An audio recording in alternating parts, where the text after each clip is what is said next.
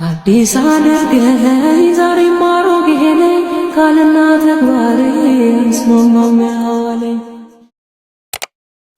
እድልህን ይጋርዳታል። ግርድ ነው በቃ እድል መጋረድ። እድል ማለት በመጽሐፍ ቅዱስ ውስጥ መልካም እድል የተሰጣት ማርያም ባለሽቷዋ በጣም የሚገርም ነው።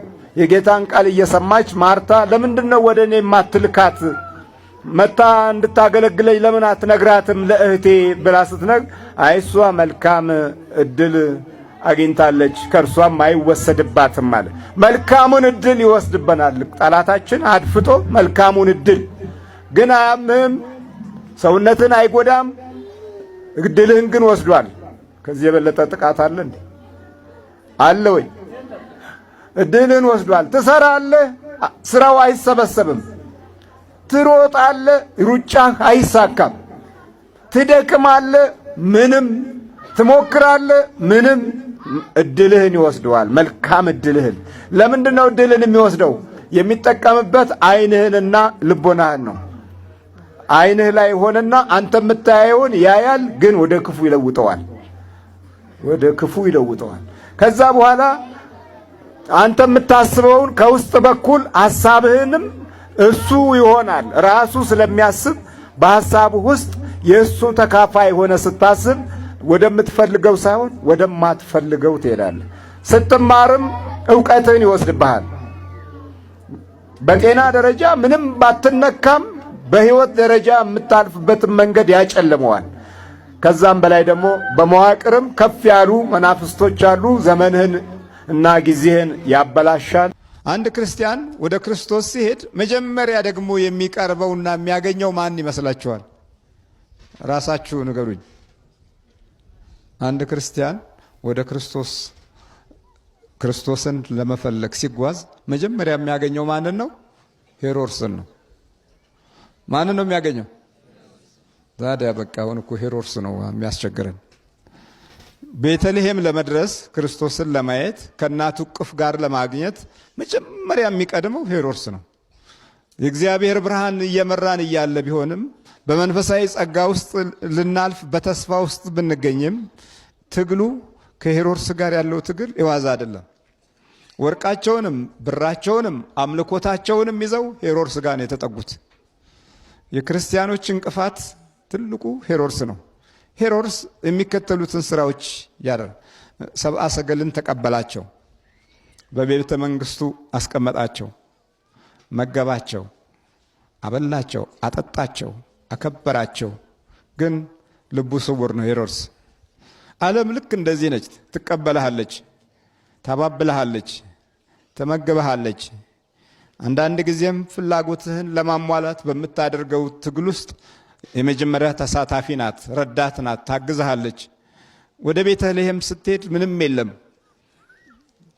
ቀና ማለት ብቻ ነበር የሚያስፈልገው ወደዛ ለመሄድ ግን ቀና ብለው ያዩ ከብርሃኑ አሁን ተለዩ ብርሃኑ ቆመ ሄሮድስ ጋር ሲደርሱ ወደ ላይ የሚያዩበት ብርሃን የለም አሁን የሚያዩት ሄሮድስን ብቻ ነው ወደ እግዚአብሔር አምላክ መንገድ ስትመጣ መንገድ ላይ የምታገኘው ሄሮድስን ነው ኑሮ ሄሮድስ ነው ጊዜ ሄሮድስ ነው ዘመን ሄሮድስ ነው ቤተሰብህም ሄሮድስ ነው የእግዚአብሔር የሆነውን ነገር ይከለክልሃል እንደው ጸሎት ጀምራችሁ ቤተሰቦቻችሁ አልተሰላችሁ አልፎም ተርፎ እንኳን በቤት ውስጥ ያሉት ባልና ሚስቶች አንደኛው ጸሎቱን ረዘም ካደረገ ወጡ ሊበርድ ነው ትላለች ቡናው ፈልቶ እኮ ቀዘቀዘ ትላለች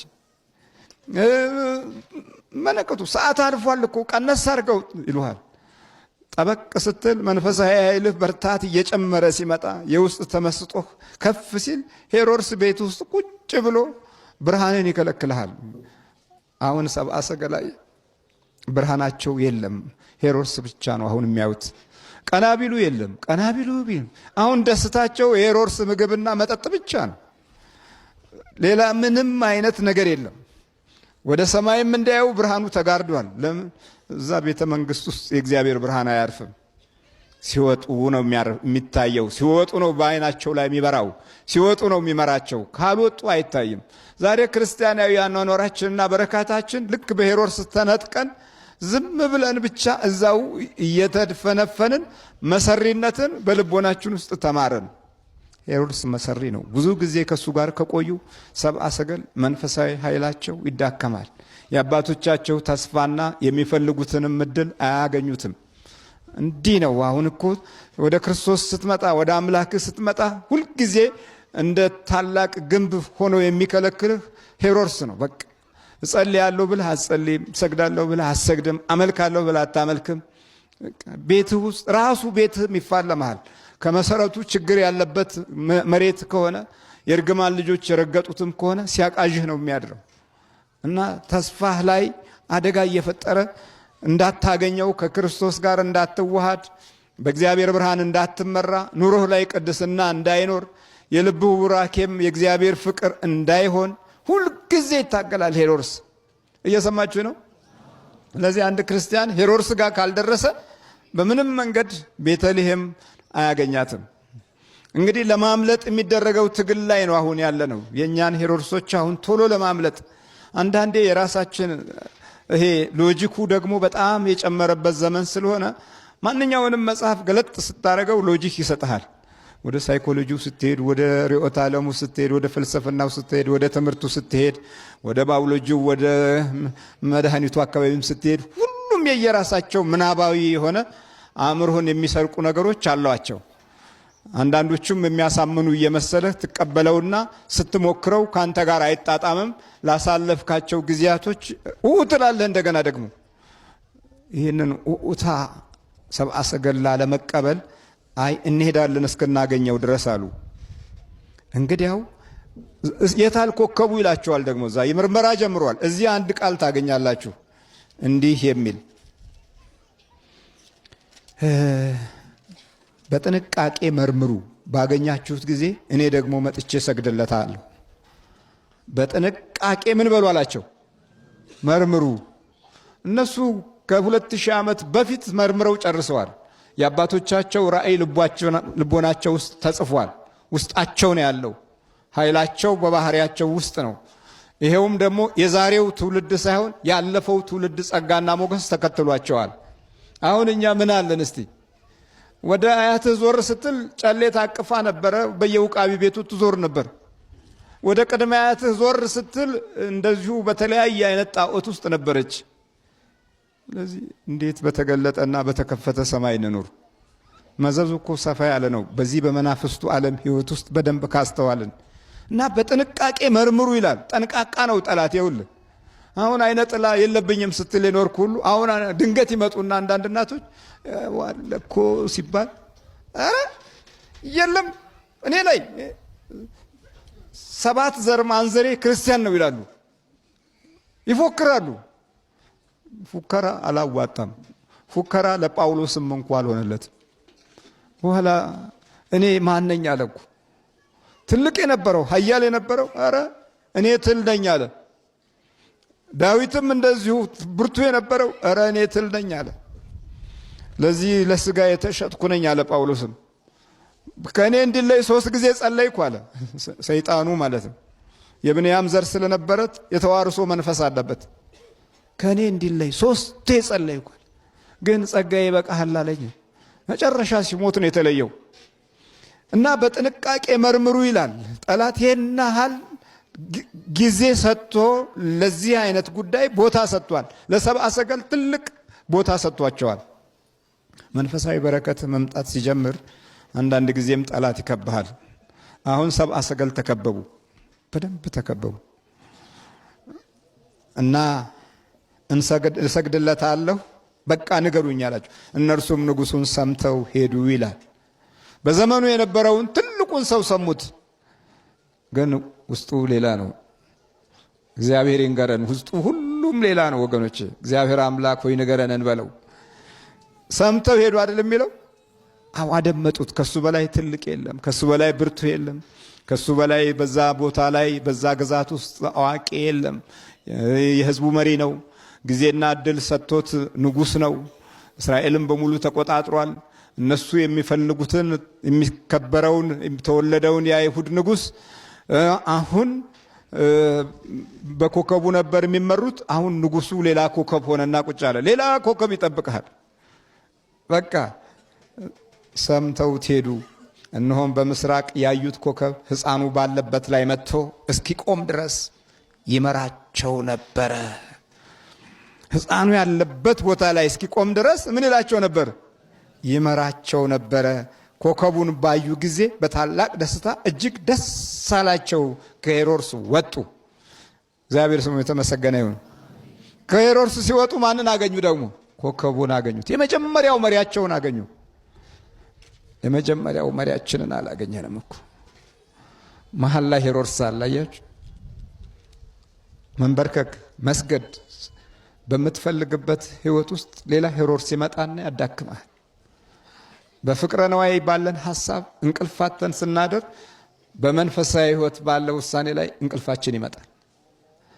ለነገ ለምናገኘው እቁብ ወይም ነገ ለሚመጣ ትርፍ ዛሬ እንቅልፋተን ስንጓጓ ለጸሎት በሚሆንበት ጊዜ አቤት ያለው አዚም አቤት አቤት አቤት።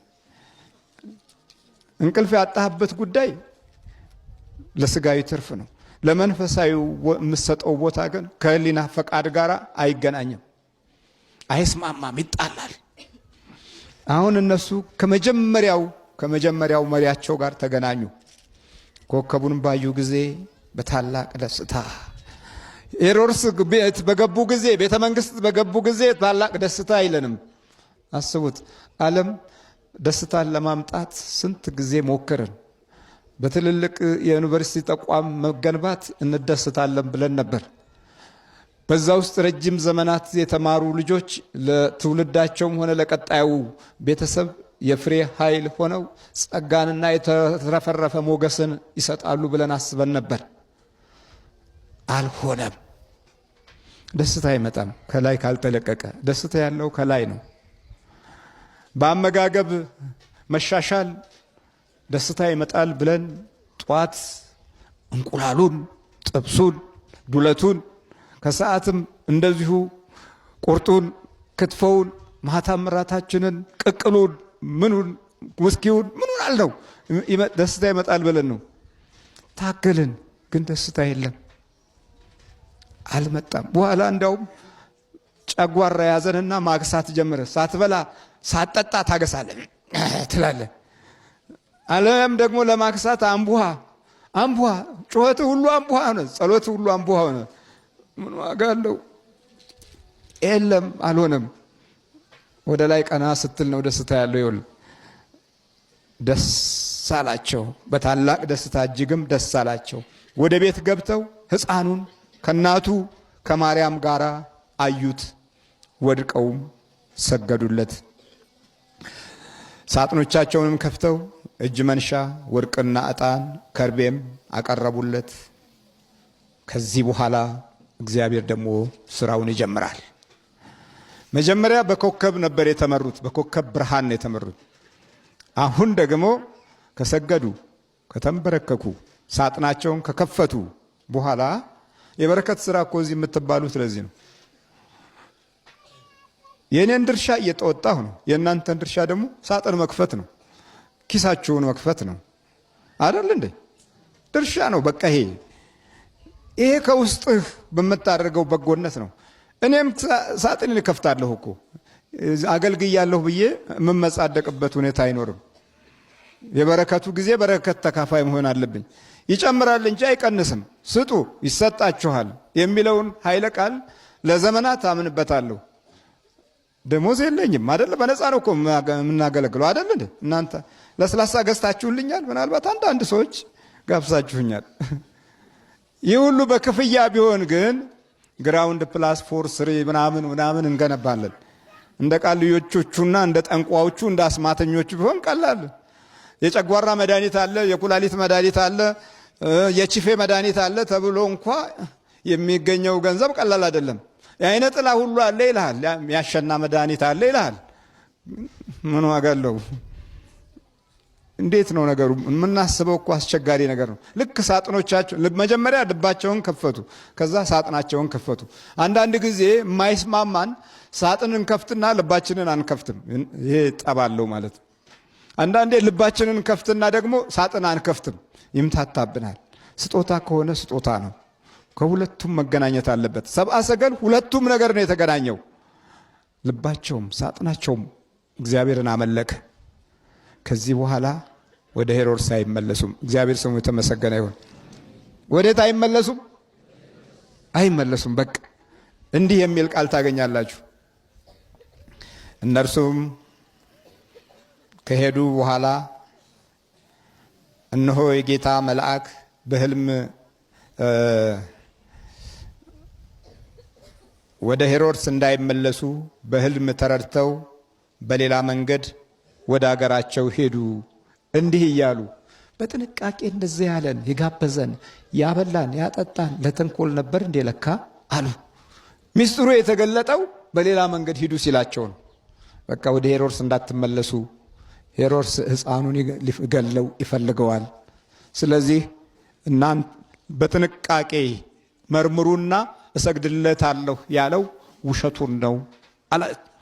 በሕልም ተረድተው አሁን የሕልም መረጃ እግዚአብሔር እኮ በሕልም መንገድ ይነግራቸዋል እኮ። አንዳንድ ጊዜ ብዙ የሚነግራቸው ነገሮች አሉ፣ ግን ስለማናገናዝበው በመንፈሳዊ ተስፋና ራእይ ውስጥ ስላልነበር መረጃዎቻችን በቀና መንገድ የተተረጎሙ አይደሉም።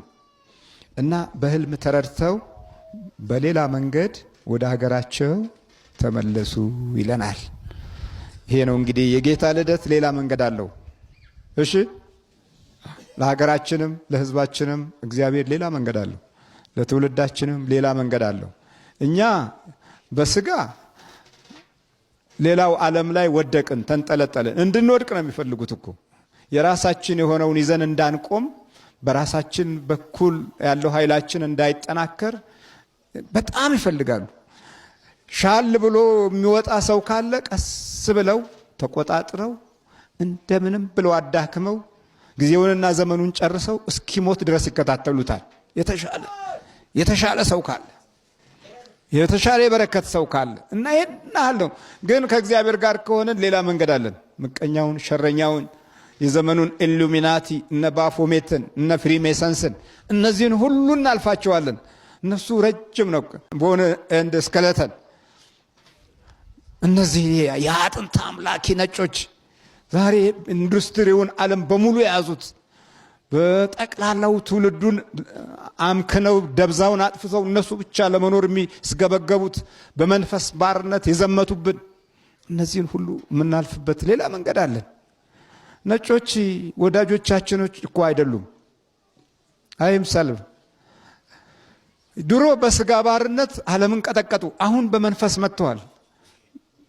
ምን እያደረጉ ነው? ሰይጣኑን እንኳ እያያዙ። ይሄ አንዱ ሰይጣን በአንዱ ሰይጣን ነው የሚያዘው። እና የነጩ ሰይጣን ይሄን አፍሪካውን ሰይጣን ይይዙና ወስደው ክፋት አስተምረው ሁሉንም ያዛቸው፣ አፍዛቸው፣ አደንግዛቸው ብለው አስተምረው አምጥተው እዚህ መልሰው ያስቀምጡታል።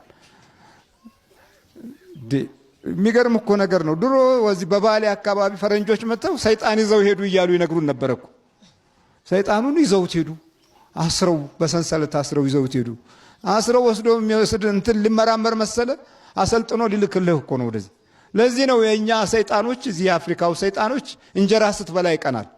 የአበሻውማ ጭራሽ ብሶበት ከሌላው ዓለም በካልሲ ይቀናል። በካልሲ ጫማውን ተው።